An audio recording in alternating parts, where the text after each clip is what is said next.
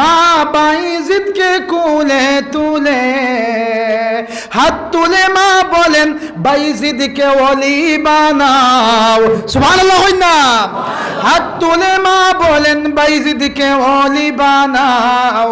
মায়ের দোয়া লও হে মুমিন, মায়ের দোয়া লও, মায়ের দোয়া লও হে মুমিন, মায়ের দোয়া লও। বাইরে যার মা জীবিত আছেন, মার খিদমত করিয়া, মার দোয়া লইয়া জীবন গঠন করিয়া যাও।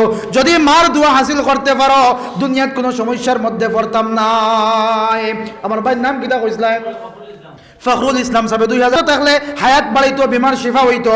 আর যদি কবরের গাড়ার মধ্যে যান গিয়া, কবরের গাড়ার মধ্যে গেলে গিয়া তান কবর রহমতের জড়ি পৌঁছিত।